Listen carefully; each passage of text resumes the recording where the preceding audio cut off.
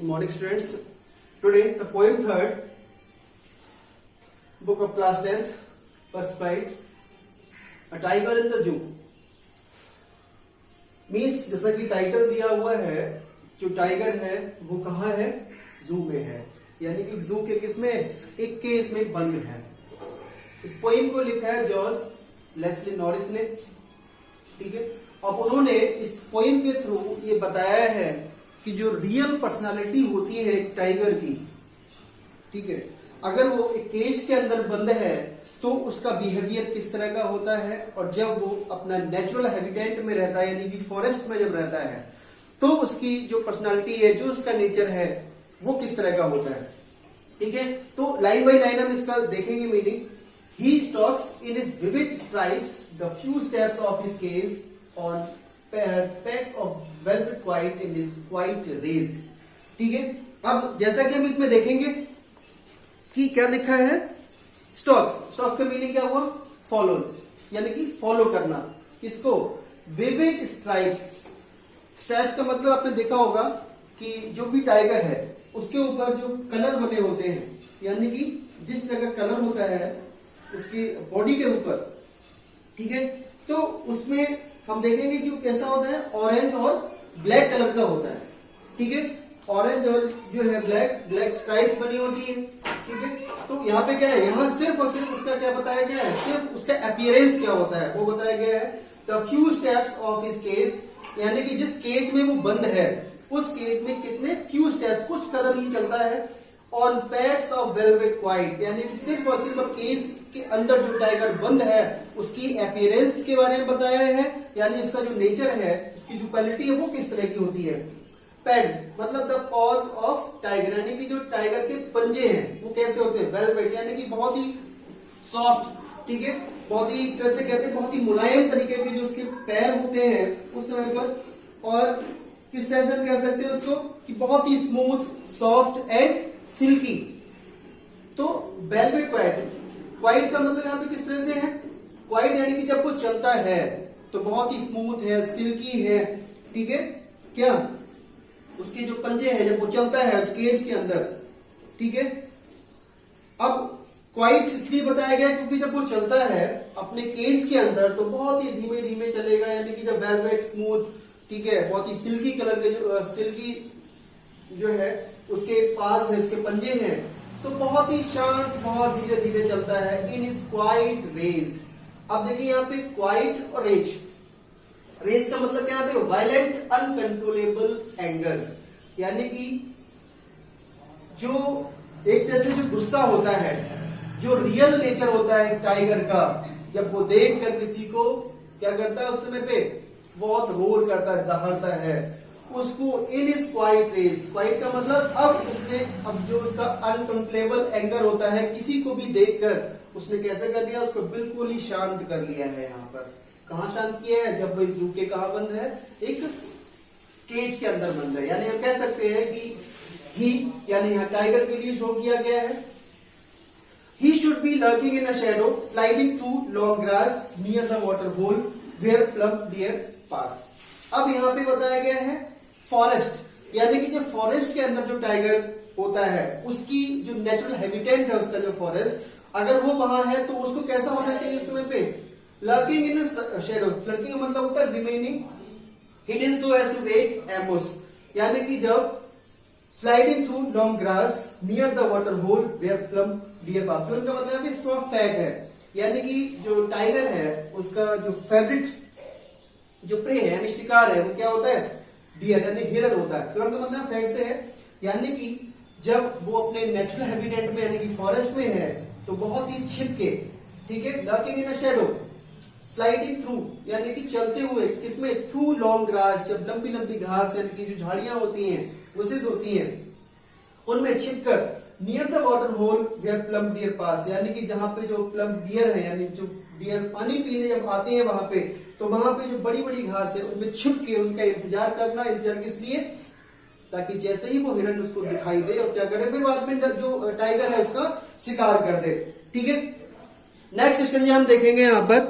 Next step अब यहाँ पे ही should B snarling around houses and the jungle's ace bearing his white fangs his claws terrorizing the village। Meaning देखिए पहले, snarls का meaning क्या है यहाँ पे, makes an angry warning sound, यानी कि जब कोई भी टाइगर, जब किसी भी, चाहे ह्यूमन हो चाहे कोई भी किसी तरह का एनिमल हो, ठीक है, जब वो देखता है उसको तो एक वार्निंग साउंड देता है, जिसको रोरिंग कहते हैं। इसको मींस इसको स्नार्ल्स कहते हैं, यानी कि बहुत ज्यादा गुस्सा जब दिखाता है किसी के भी सामने। वेलिंग का मतलब यहाँ पे एक्सपोज यानी अनकवर करना, ठीक है, अपने आप को एक्सपोज करता है वो। और फैक्स एक्सपोज कैसे करता है, यानी कि परेशान था बहुत, और जब वो किसी को देखेगा तो क्या करेगा, अपने आप को एक्सपोज कर देता है, अपनी जो रियल क्वालिटी है उसको तुरंत शो कर देता है। और फैक्स का मतलब होता है बहुत ही शार्प टूथ, इनकी जो दांत होते हैं उसके बहुत ही तेज होते हैं। हम कह सकते हैं इस तरह से कैनाइन टूथ, जो ज्यादातर किसके पाए जाते हैं, डॉग या फिर वॉल्फ के, यानी कि जो मीडिया होता है और जो डॉग होता है उसके पाए जाते हैं, ठीक है। अब हम देखेंगे यहाँ पे कि जब, यानी कि जो रियल नेचर बताएंगे यहाँ पे लेसन नॉलेज जो है, कि जब वो फॉरेस्ट में होता है तो फॉरेस्ट से निकल के जब कहां पे पहुंचता है, at the jungle's edge snarling around houses, वो क्या करता है, मेक्स एन एंग्री, गुस्सा करता है, वार्निंग साउंड यानी कि आवाज करता है, कि किसी को भी वार्न कर देता है कि, ठीक है, एट द जंगल से, जंगल के किनारे जो घर बने होते हैं वहां पर, वेयरिंग इज व्हाइट फैंग्स, और उसके जो व्हाइट फैंग्स यानी कि जो टूथ होते हैं, हिज क्लॉज यानी कि उसका जो जबड़ा है, टेरराइजिंग द ब्लेज, और क्या करता है वो, गांव के जो लोग हैं, ठीक है, पूरे गांव के लोगों को डराने का काम करता है। किसका काम है, जो अपनी रियल हैबिटेट में है, यानी कि रियल जो उसका हैबिचुअल यानी हैबिट है एक टाइगर की, वो कहां पे पता लगती है, वो किसी भी फॉरेस्ट के अंदर। तो वहां के बारे में बताया यहाँ पे लेसन नॉलेज ने, कि जब वो कहां होता है, फॉरेस्ट में, और फॉरेस्ट के एज में जो गांव होते हैं यानी कि जो घर बने होते हैं, ठीक है, वहां पे वो अपने व्हाइट फैंग्स को दिखाता है, अपने ग्लास को ओपन करता है, टेरराइजिंग द ब्लेज, और उस पूरे ब्लेज को क्या करता है, वो डरा के रख देता है, ठीक है। नेक्स्ट स्टेंजा में हम देखेंगे यहाँ पर, but he is locked in a concrete cell, his strength behind bars, stalking the length of his cage, ignoring visitors। इस स्टेंजा में लेसन नॉरिस पोइट है, वो बताते हैं कि अब तक वो कहाँ था, एक फॉरेस्ट में था, ठीक है, इससे पहले की स्टेंजा में हमने देखा था, और फॉरेस्ट के पास में जो विलेज थे वहां पर आकर क्या करता था, अपने फैक्स यानी कि अपने जो टूथ थे यानी कि जो दांत थे, ठीक है, यानी जो क्लास था उसको क्या करता था, एक्सपोज करता था, दिखाता था अपने आप को, ठीक है, और क्या करता था फिर उन विलेजर्स के लिए क्या था, एक तरह से डर जो था बना हुआ रहता था उन लोगों के, जो विलेज में रहते थे, वो अपना नेचर दिखाता। लेकिन अब क्या है, बट लेकिन is locked in concrete cell, अब कहां पे बनता है वो, कंक्रीट सेल। कंक्रीट सेल का मतलब यहाँ पे किससे है, कि mixture of A broken stone, sand या सीमेंट, यानी कि जो मिट्टी होती है यानी कि जो रेत होती है या सीमेंट है या जो स्टोन होते हैं छोटे छोटे, उनको मिक्स करके क्या करते हैं हम, जो बिल्डिंग्स बनाने में काम होता है। बाद में क्या बनता है, बहुत ही हार्ड हो जाता है वो, उसके लिए बताया गया है कंक्रीट सेल। लेकिन अब क्या है वो, अब जंगल में नहीं है, फॉरेस्ट में नहीं है, कहाँ है, कंक्रीट सेल के अंदर है, केज के अंदर है। His strength behind bars, bars का मतलब वही लॉक हो गया है। अब उसकी जो ताकत है, उसकी जो रियल स्ट्रेंथ है, वो कहाँ बंद हो गई, उस कंक्रीट सेल यानी उस केज के अंदर। Stalking the length of his cage, पहले क्या करता था, फॉरेस्ट में वॉक करता था, विलेज में पहुंच जाता था, लेकिन अब उस कहां तक वॉक करता है, सिर्फ लेंथ ऑफ हिज केज, यानी जितनी की जो उसकी लेंथ है उस केज की, सिर्फ वहीं पे वॉक करता रहता है, इग्नोरिंग विजिटर्स। लेकिन अब जो विजिटर्स आते हैं उसको देखने के लिए, उसको इग्नोर करता है। इग्नोर क्यों करता है वो, क्यों, क्योंकि अब अपना रियल जो नेचर है उसका वो नहीं दिखा सकता, क्योंकि उसकी जो ताकत है वो सब क्या हो गई, एक तरह से वो खत्म हो गई है। अब उसको कैसा लग रहा है कि उसकी जो लेंथ है वो क्या है, सिर्फ केज तक, ठीक है। तो अब विजिटर्स को क्या कर रहा है, वो इग्नोर कर रहा है। He hears the last voice at night, the patrolling cars, and stares with his brilliant eyes at the brilliant stars।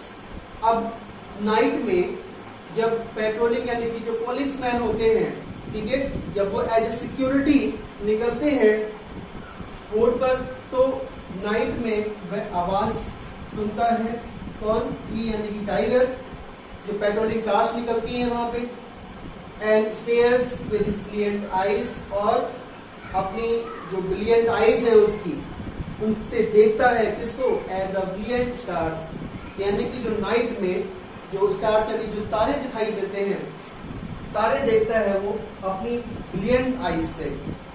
ठीक है, यानी कि नाइट में जो पेट्रोलिंग कार्स निकलती हैं एज ए सिक्योरिटी, ठीक है, उनकी आवाज को सुनता है पूरी रात, और जो अपनी जो ब्रिलियंट आईज, इसकी जो आंखें हैं बड़ी बड़ी, उनसे क्या देखता है? वो स्टार्स को देखता है।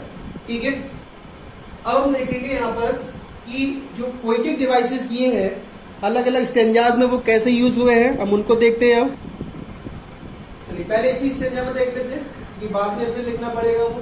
ठीक है, तो अब यहां देखेंगे, but he is locked in a concrete cell. अब कंक्रीट सेल में बंद है। ठीक है, तो अब यहां देखेंगे ही जो है, अब ही तो हर स्टेंजा में आया है। ठीक है, और ही जो है वो पर्सनिफाई किया गया है, किसके लिए? टाइगर के लिए पर्सनिफाई किया गया है। यानी कि जब कोई भी अनह्यूमन, ठीक है, या फिर कोई इन एनिमेट ऑब्जेक्ट जो है, और वो वर्क किसकी तरह करता है? एक ह्यूमन क्वालिटी की तरह, तो वहां क्या होता है? पर्सनिफिकेशन होता है।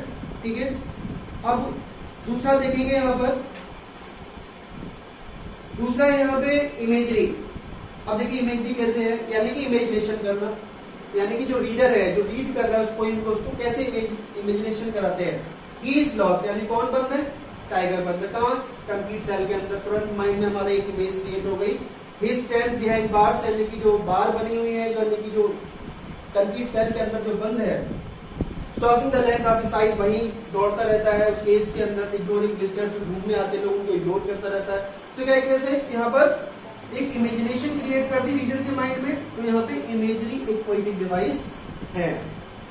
नेक्स्ट है, अब देखेंगे यहाँ पे पहली ही लाइन में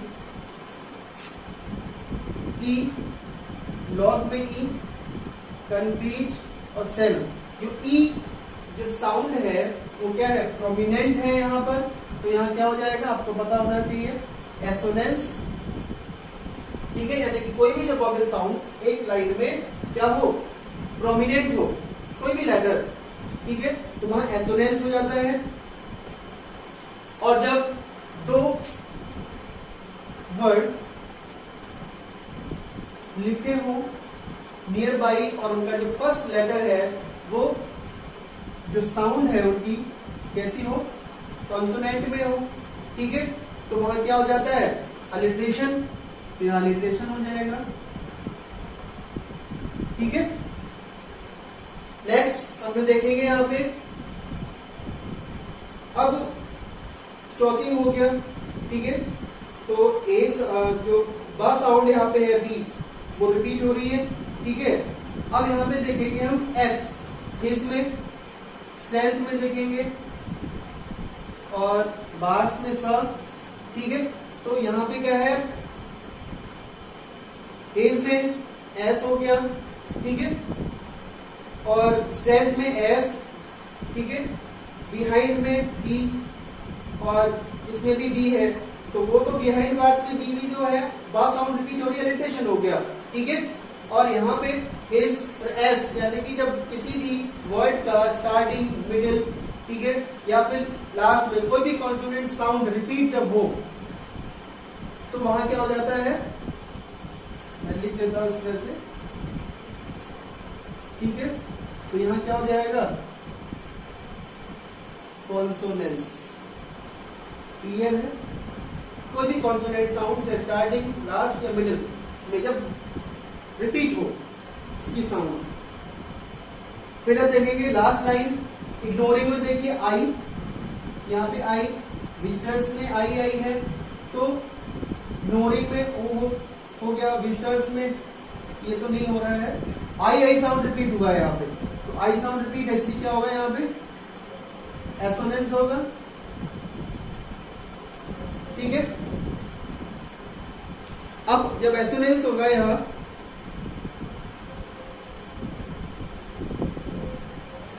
He hears the last voice at night, the patrolling cars and stares with brilliant eyes at the brilliant stars. अब इस स्टेंजा में देखते हैं हम, ठीक है। अब यहाँ भी he को पर्सनिफाई किया गया, तो यहाँ भी क्या है, पर्सनिफिकेशन हो जाएगा एक तो,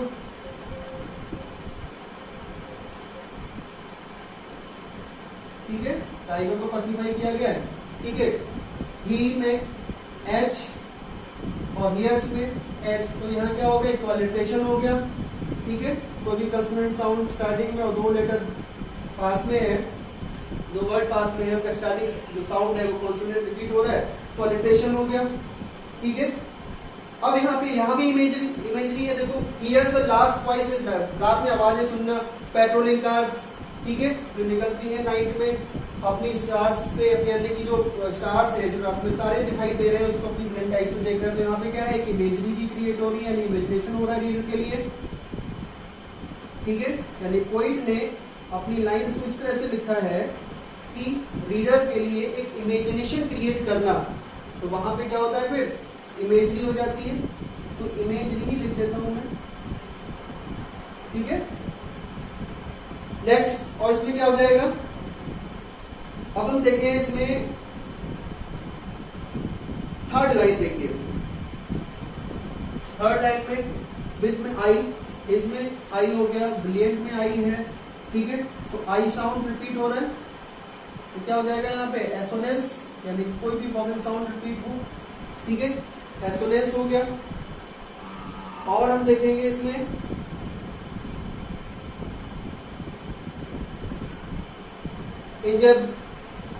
इंजरमेंट भी है। इंजरमेंट कैसे है, देखो first line, he hears at night, उसमें भी कॉमा है, यूज हुआ है, द पेट्रोलिंग कार्स, यहाँ तो ठीक है। तो थर्ड लाइन है, थर्ड लाइन में कोई भी पंक्चुएशन मार्क नहीं है, यानी कि सेंटेंस कहाँ खत्म हुआ, आके यहाँ खत्म हुआ है, तो यहाँ पे इंजरमेंट हो जाएगा। यानी समझ में आया, यानी कि कोई भी सेंटेंस अगर लास्ट में कोई भी पंक्चुएशन मार्क नहीं रखता है और वो कंप्लीट होता है कभी दो या दो से ज्यादा लाइंस में, तो वहां क्या हो जाता है, इंजरमेंट हो जाता है, ठीक है। अब इसके जो पहले के स्टेंजर्स, हम उनको देख लेते हैं, उनमें पोएटिक डिवाइसेस क्या यूज हुई है, ठीक है। He stalks in his vivid styles, he यहाँ पर्सनिफाई कर रहा है, देखिए पहले बताया था मैंने टाइगर को, ठीक है, पर्सनिफिकेशन हो गया यहाँ भी, ठीक है। नेक्स्ट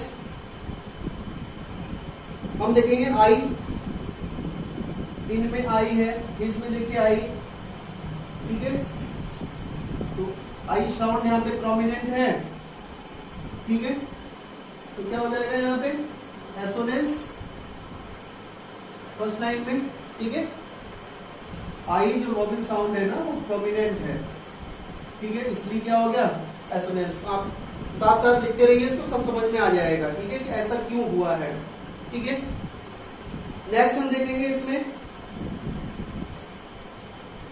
स्टॉक्स में, देखिए स्टॉक्स, स्ट्राइप्स, ठीक है, इसमें एस, ठीक है, स्ट्राइप्स में भी एस, यानी कि जो साउंड है एस, ठीक है, वो प्रोमिनेंट है, तो क्या हो जाएगा यहाँ पे, कंसोनेंस हो जाएगा, कंसोनेंट साउंड रिपीट हो रही है, ठीक है। नेक्स्ट देखेंगे जो फर्स्ट जो सेंटेंस है वो कहाँ खत्म हुआ है, देखिए आगे, he describes the few steps of his case on a patch of velvet white days, यानी कि जो फर्स्ट सेंटेंस है वो एक ही लाइन में कंप्लीट नहीं हुआ है, यानी कि एक दो या दो से ज्यादा लाइन में कोई भी सेंटेंस कंप्लीट हो ना, तो वो क्या कहलाता है यहाँ पे, इंजरमेंट, ध्यान रखना है इसको, ठीक है। नेक्स्ट था कंसोनेंस भी हो गया और एसोनेंस भी हो गया उसमें, ठीक है। नेक्स्ट देखेंगे क्वाइट और रेज, इसके लिए समझाया था मैंने आपको, रेज यानी कि बहुत ही वायलेंट एंगर, ठीक है। यहाँ पे क्या है, क्वाइट यानी कोई भी ऐसा एडजेक्टिव, ठीक है, यानी कि वो क्या रखता है, एक अपोजिट मीनिंग रखता हो अपने क्लोज वर्ड से, ठीक है, तो वहां क्या हो जाता है, ऑक्सीमोरन हो जाता है, ठीक है। ऑर्जिन क्यों है यहाँ एक बार फिर समझ लें।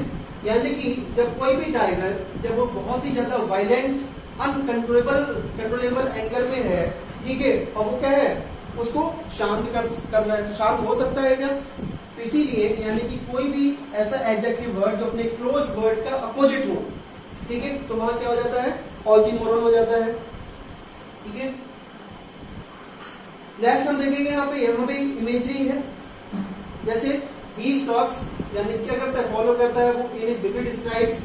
जैसे विविड स्ट्राइप्स का मतलब क्या हुआ? यानी कि जो स्ट्राइप्स बनी हुई है उसकी बॉडी पर जो ब्लैक स्ट्राइप्स है, ऑरेंज कलर, ठीक है, फ्यू स्टेप चलता है अपने केस के अंदर। तो यहाँ क्या हो गया? एक तरह से इमेजरी यानी कि रीडर के माइंड में इमेजिनेशन को क्रिएट कर दिया, तो इमेजरी फिगर सा स्पीच यहाँ पे है। नेक्स्ट हम देखेंगे यहाँ पे ही should B lurking in a shadow, ठीक है। तो अब यहाँ पे क्या है? यहाँ भी इमेजिनेशन क्रिएट कर दी है। अब ही तो देखिए सब में है, तो पर्सनिफिकेशन होगा, ठीक है। यानी कि ही का फर्स्ट कैपिटल क्या है? कैपिटल, और किसके लिए? ह्यूमन क्वालिटी बता दी गई है, ठीक है। इमेजरी भी होगा यहाँ पे, क्योंकि पूरे स्टैंजा में आप देखेंगे इमेजिनेशन को क्रिएट कर दिया है। नेक्स्ट हम देखेंगे शैडो के बाद कॉमा है, ठीक है।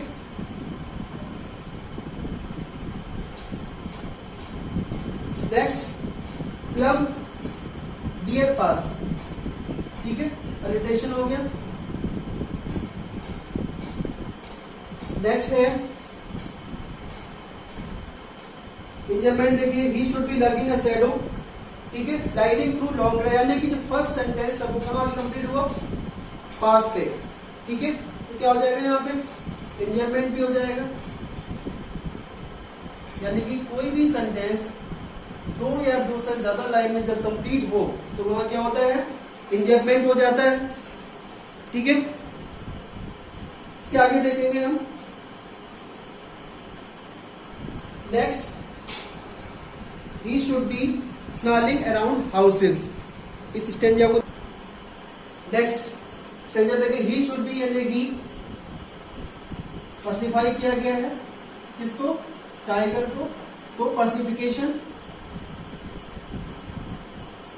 ठीक है। He should be snailing around houses. और यहां देखेंगे हम, यहां भी इमेजरी क्रिएट कर दी कि वो कहां है?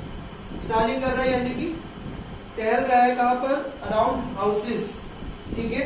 हाउसेस के आसपास क्या कर रहा है? स्नैलिंग कर रहा है, एंगर में है, यानी कि रोरिंग कर रहा है। तो यहाँ पे भी इमेजरी क्रिएट हो गई, इमेजिनेशन है, ठीक है।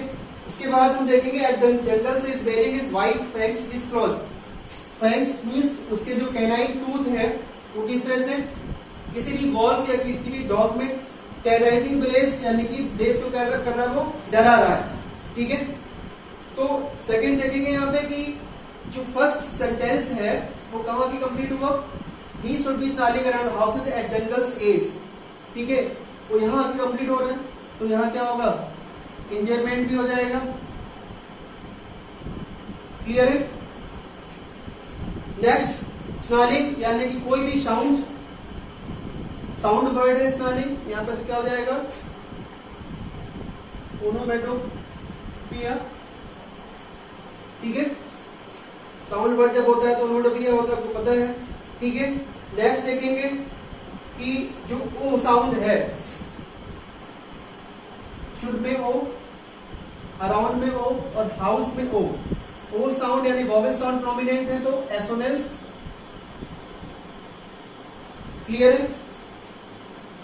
नेक्स्ट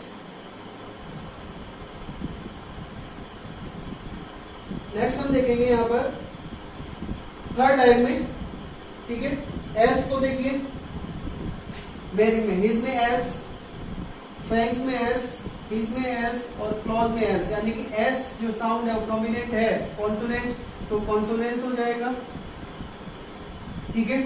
अब इसमें कॉन्सोनेंस भी है और एसोनेंस भी है, देखिए वेरिंग में आई, हिज में आई, व्हाइट में भी आई है, हिज में आई, तो आई साउंड प्रोमिनेंट है यानी वॉवेल साउंड, तो एसोनेंस हो गया,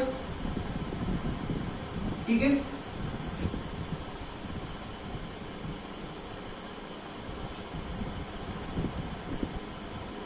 अब एक चीज रह गई है, सभी जो स्टेंजाज हैं उनमें राइम स्कीम बताना रह गया था।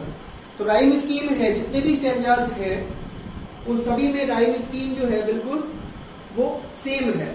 सभी की जो राइम स्कीम है, ऑल स्टेंजाज में, all stanzas have same rhyme scheme, सबकी राइम स्कीम सेम है, कोई डिफरेंस नहीं है। और इस राइम स्कीम है क्या? ए बी और सी बी।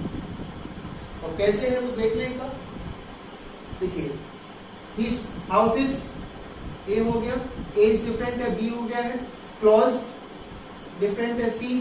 अब देखिए एज और ब्लेज बी हो गया, यानी कि ए बी और C B same rhyme scheme है सभी स्टेंजाज में, ठीक है। तो I hope this poem you will get very easily and revise this poem with explanation, with poetic devices. और अब आपको करना क्या है, अब आपके लिए वर्क जो दिया है वो वर्क ये है कि इसके जो भी क्वेश्चन आंसर्स दिए हैं, ठीक है, आपकी जो भी रेफरेंस बुक है उसमें से अपनी नोटबुक पर करना क्या है आपको, वो लिखना है, ठीक है, जितने भी क्वेश्चन आंसर्स है। और ध्यान रखिए सबसे पहली चीज मेन में है क्या, मेन है पोएटिक डिवाइसेस, वो आपको आना चाहिए, ठीक है। अब वो समझ में आ गया आपको तो पोएम समझ में आ जाएगी। क्लियर है? ये था आपका poem third, a tiger in the zoo. Next poem देखेंगे हम नेक्स्ट लेक्चर में। क्लियर है?